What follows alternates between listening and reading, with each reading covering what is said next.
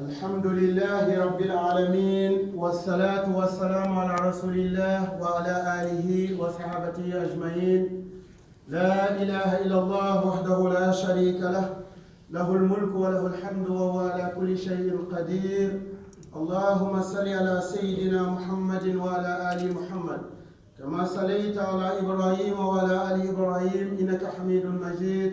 اللهم بارك على محمد وعلى آل محمد كما باركت على إبراهيم وعلى آل إبراهيم إنك حميد مجيد.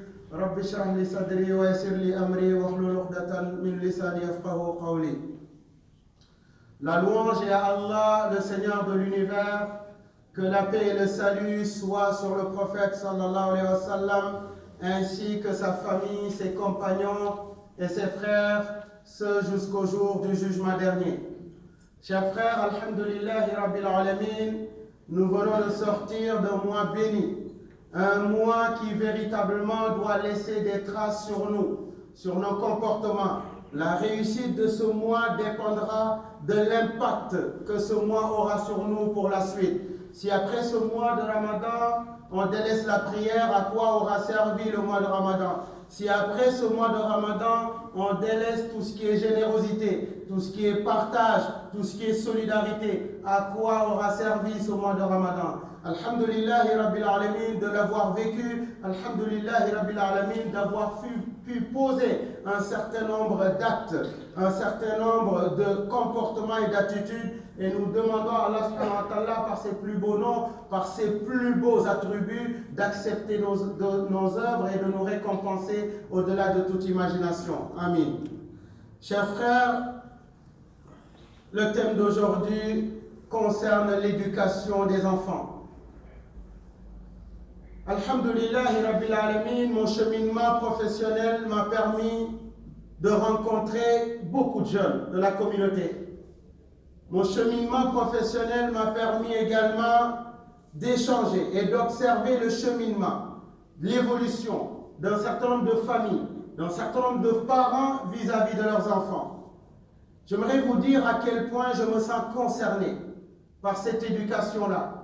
Mais j'aimerais vous dire et vous rappeler, et ainsi qu'à moi-même, à quel point l'éducation des enfants est une grande responsabilité. Une responsabilité, l'islam considère l'enfant comme étant un dépôt précieux donné par Allah subhanahu wa ta'ala, d'où la conséquence et la nécessité d'en prendre soin comme il se doit. Dans un hadith rapporté par Abu Huraira, le prophète sallallahu alayhi wa sallam nous dit que l'enfant arrive au monde avec une foi authentique. Et ce sont les parents qui le façonnent par le temps, avec le temps. Chers frères, ça rappelle véritablement la question de la responsabilité parentale lorsqu'il s'agit de parler de l'éducation des enfants. Allah subhanahu wa ta'ala nous dit, sourate 66, verset 6, « Ô vous qui avez cru, préservez vos personnes et vos familles d'un feu dont le combustible sera de jonc et de pierre. » Pour dire à quel point véritablement nous avons un grand rôle en tant que parents, en tant que futurs parents, à jouer par rapport à l'orientation de nos enfants, de nos jeunes. Aujourd'hui, le constat est réel. Nous assistons, lorsqu'on fréquente ces milieux-là, à beaucoup de jeunes de notre communauté qui sont en perte de repères, à beaucoup de jeunes de notre communauté qui sont en perte d'identité, qui vivent une crise identitaire profonde, chers frères. Chers frères, notre responsabilité en tant que parents, en tant que futurs parents, censés être des modèles positifs, elle se situe à quel niveau? Elle se situe véritablement en première ligne. Malheureusement, le constat est bien réel. Ce qui arrive, c'est que beaucoup de parents ont relégué l'éducation de ces enfants au second plan, en la confiant souvent, et c'est la triste réalité, aux écrans. Chers frères, chères sœurs, éduquer un enfant, ce n'est pas seulement lui donner à manger, à boire. Ce n'est pas seulement lui acheter la dernière paire de Nike qui est sortie, le dernier jeu qui est sorti. C'est véritablement s'impliquer au niveau de ses valeurs. C'est s'impliquer au niveau de ses principes de vie chaque jour. Chers frères, beaucoup d'enfants aujourd'hui, beaucoup de jeunes deviennent musulmans par obligation et non par fierté.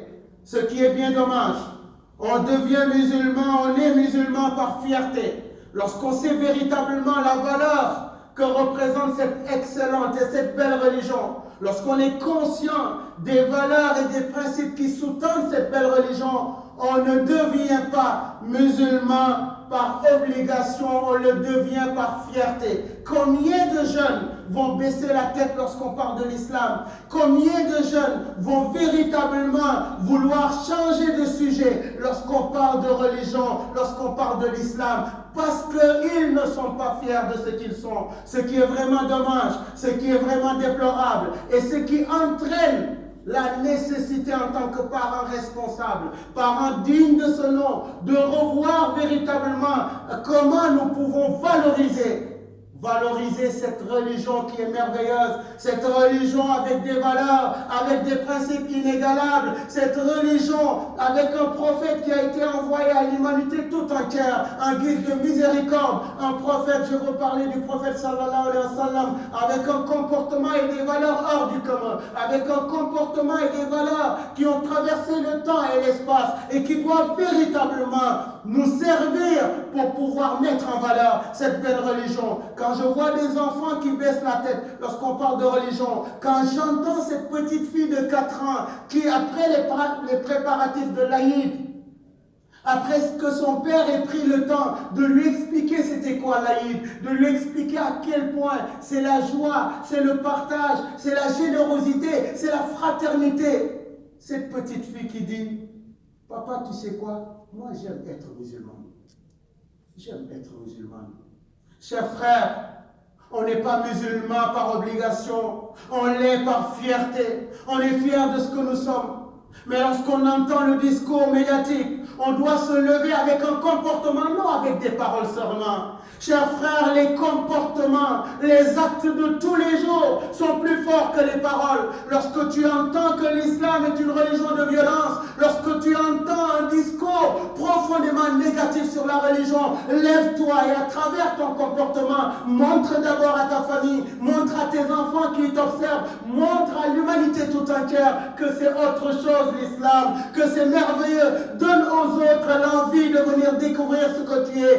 Permets à cet enfant, à travers ce que tu lui enseignes, d'être un leader positif pour l'islam, d'être un leader positif pour cette belle religion, pour cette merveilleuse religion. Donne-lui la possibilité et les moyens de faire de telle sorte que partout où il se retrouve, les autres ont envie d'être comme lui et pas lui qui a envie d'être comme les autres.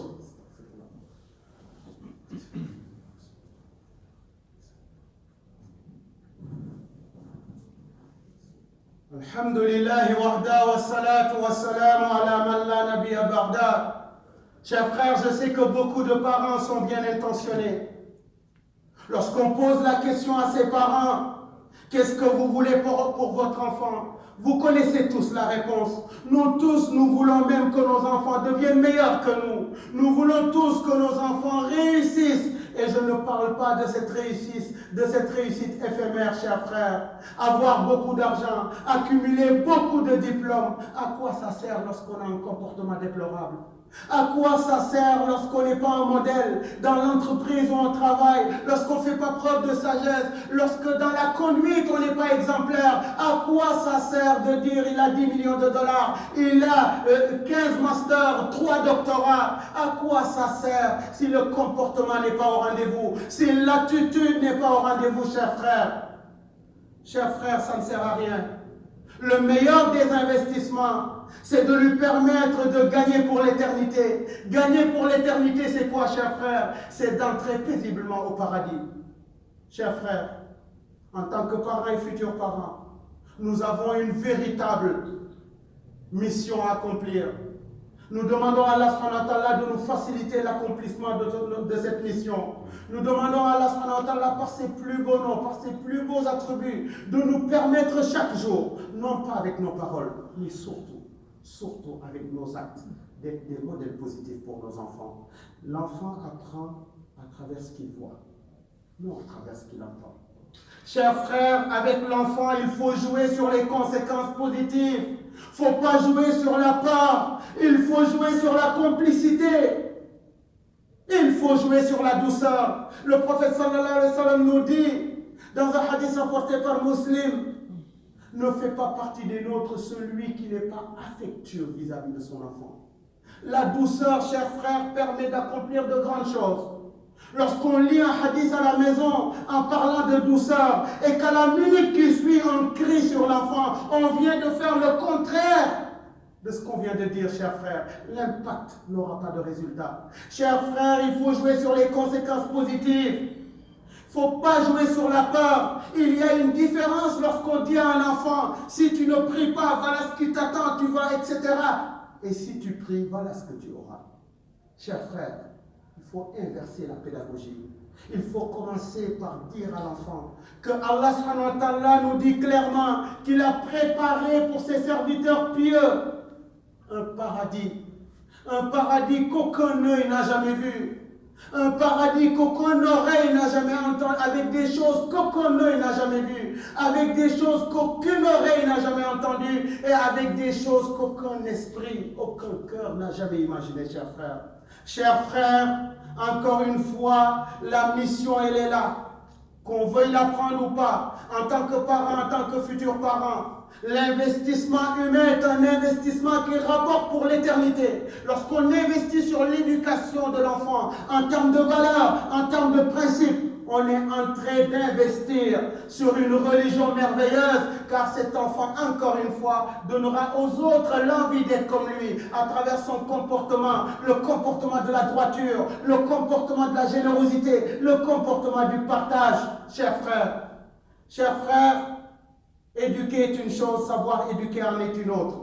N'hésitons pas d'aller véritablement créer des cadres où nous pourrons transmettre tout ce qu'il faut à nos enfants pour qu'ils mènent une vie paisible et qu'ils donnent véritablement aux autres l'envie d'être comme eux à travers des modèles positifs et à travers des leaders positifs. Nous demandons à Allah subhanahu wa ta'ala de nous faciliter cette mission. Rabbana atina fid dunya hasana wa fil akhirati hasana wa qina azaban nar.